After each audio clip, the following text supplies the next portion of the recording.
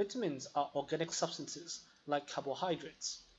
Yet, unlike carbohydrates, they are not only needed in small amounts and contain no energy value.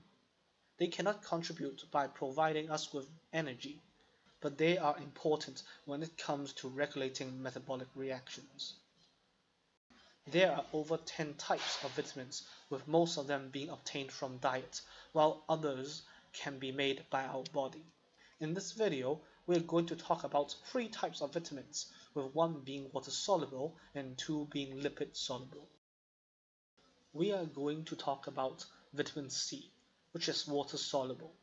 It can be easily destroyed by exposed to oxygen and high temperature.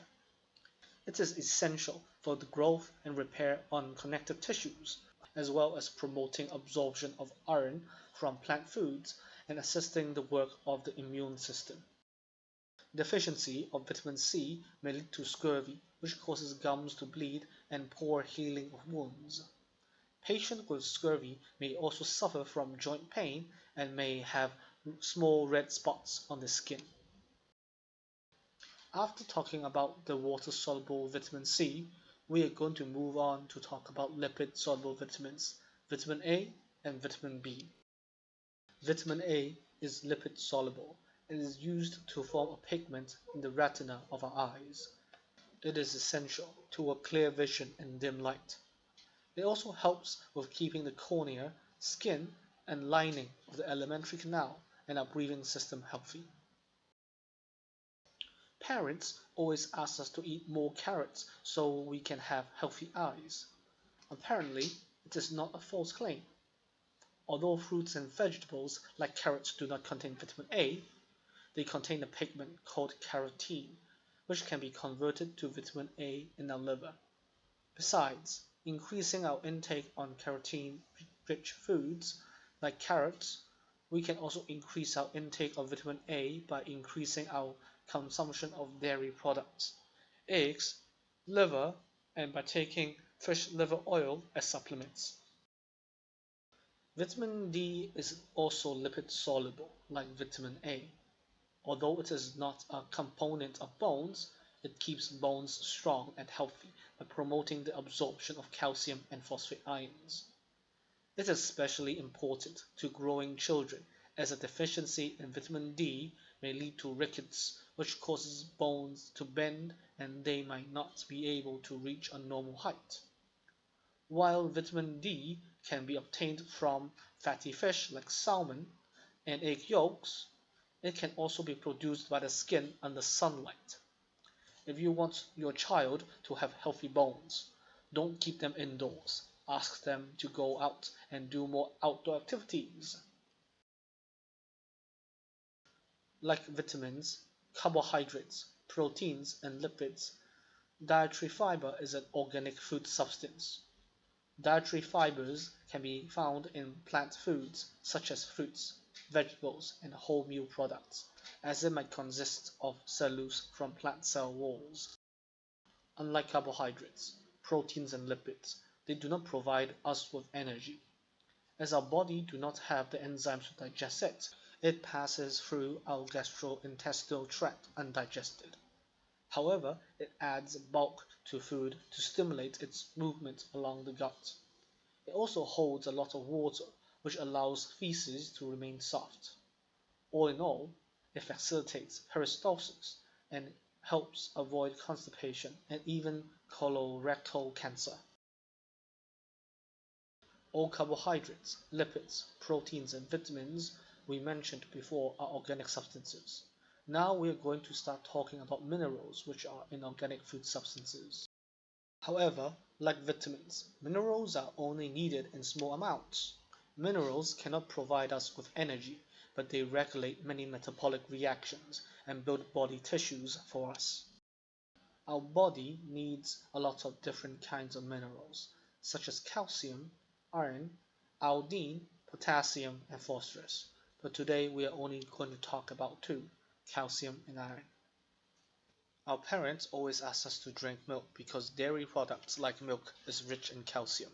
But why should we care if we get enough calcium or not? Well, that's because calcium is required to form bones and teeth. Children need a lot of calcium to harden their bones and develop strong teeth. It is also important to blood clotting, muscle contraction, as well as sending messages in the nervous system. Since calcium is important and we do not get enough of it could cause problems. If children do not have enough calcium in their diet, they may suffer from rickets. It will cause children to have soft bones and their legs may bend and they cannot grow a normal height. To make sure we consume enough calcium-rich foods, we can try to include more dairy products in our diet. And if you are vegan, have no fear. Tofu, as well as green vegetables like kale and spinach, also contains a lot of calcium, so eat your greens. Another mineral we're going to talk about is iron. Hemoglobin, a red pigment in blood that carries oxygen, is made up of iron. Since oxygen is essential for its survival, its carrier must be pretty important too. If you don't have enough iron in your diet, you may suffer from anemia. As they lack iron, they lack hemoglobin to carry oxygen to their brain. Hence, patients with anemia faint easily. Red meat, like beef and pork, is one of the common food items people would recall when they think of increasing their iron intake. However, according to Students' Health Service of Department of Health in Hong Kong, there is 27.9 milligrams of iron per 100 grams of clams. So if you're not a fan of beef, you can eat more clams instead. There are also other types of iron-rich foods, such as liver, spinach, beans, cabbage, and raisins. Like vitamins and minerals, it has no energy value. However, we cannot live without water.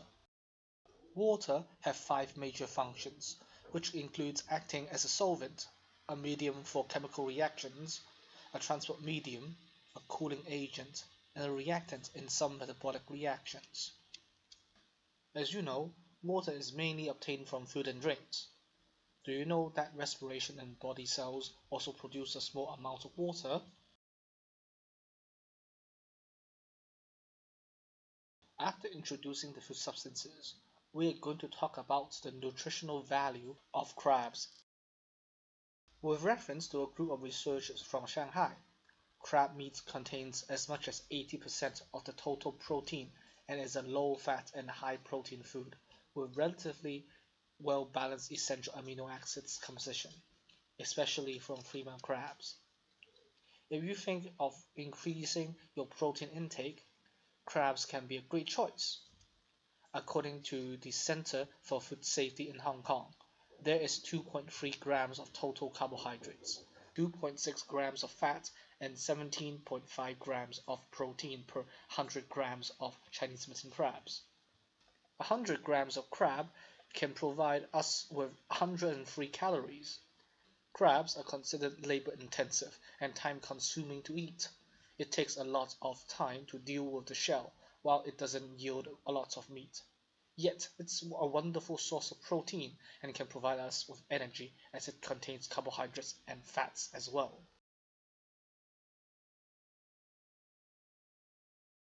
Thank you for watching this video. If you enjoyed it, please do not forget to subscribe to our channel and give us a thumbs up. Looking forward to seeing you again soon.